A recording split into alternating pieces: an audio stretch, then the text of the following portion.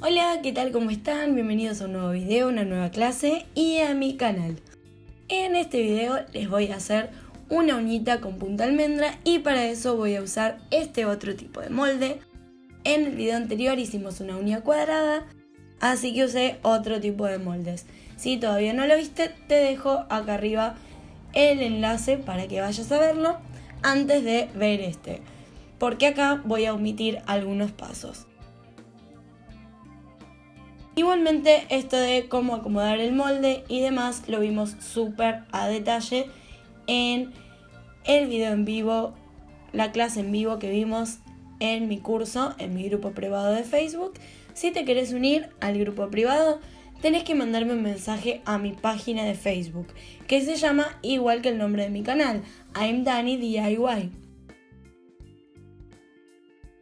Acá estoy colocando el molde, hice los cortes que corresponden para mi tipo de uña, mi tipo de dedito y lo hice súper cerrado porque quiero hacer una uña con mucha curva C.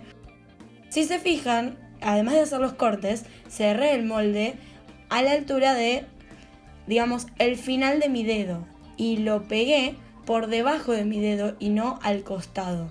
Eso es un detalle que me ayuda a mí a lograr una curva C mucho más perfecta. Así que bueno, empiezo a depositar las perlitas de gel. Voy a irlo barriendo.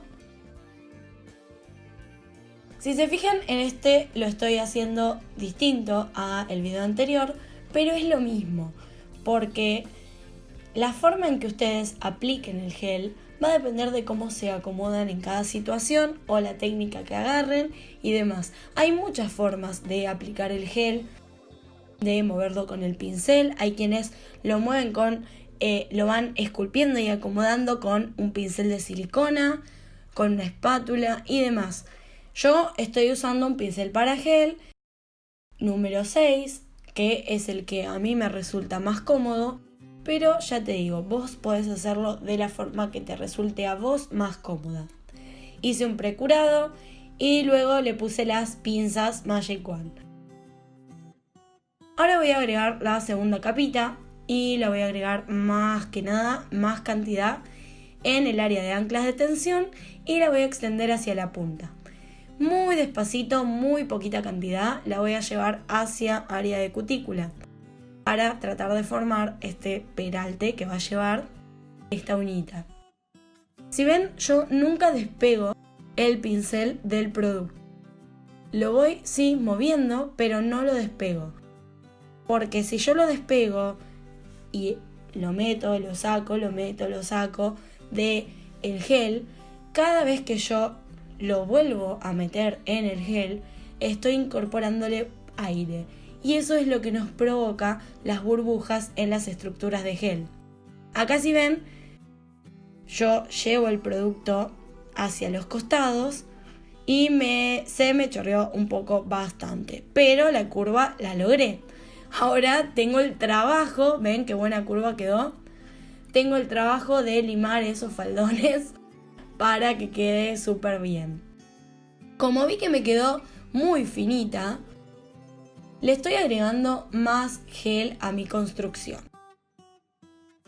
Ya la base está firme, entonces yo saqué el molde y no pasa nada. A simple vista me está quedando medio ancha, pero ya van a ver cuando la limo cómo queda. Van a ver qué bien queda al final. Veo que le falta un poquito de estructura, entonces lo que hice fue agregarle un poquito más de gel. Ahora sí, me puse a limar esos faldones, pero como se me iba a hacer muy largo el asunto y tenía mi drill, mi torno al lado, estoy acomodándolo y sí, lo voy a limar un poco con mi torno para ayudarme, porque la verdad que se me chorreó bastante y me quedó muy cerrada la curva. ¿Qué pasa? Cuando hacemos curvas C muy cerradas, esas súper recontra bien marcadas, terminan siendo incómodas, porque imagínense cada vez que chocamos las uñas con algo, ¿sí? No de hacer un choque no de hacerlo a propósito, sino más bien accidentalmente o bueno, en los movimientos naturales que uno tiene en su día a día, esa curva C demasiado pronunciada es perjudicial para la uña, a mi punto de vista. Puede ser que quede de competencia, puede ser que sea un estilo de uña para una estética especial, pero si hablamos de comodidad y de que las clientas elijan esa punta para llevarla cómodamente, no estoy a favor de las uñas con una curva C demasiado pronunciada. Esa es mi opinión. Ahora, si a vos te encanta la curva C súper recontra pronunciada, etcétera, obviamente las vas a hacer a tu gusto. Yo te cuento cómo las hago yo.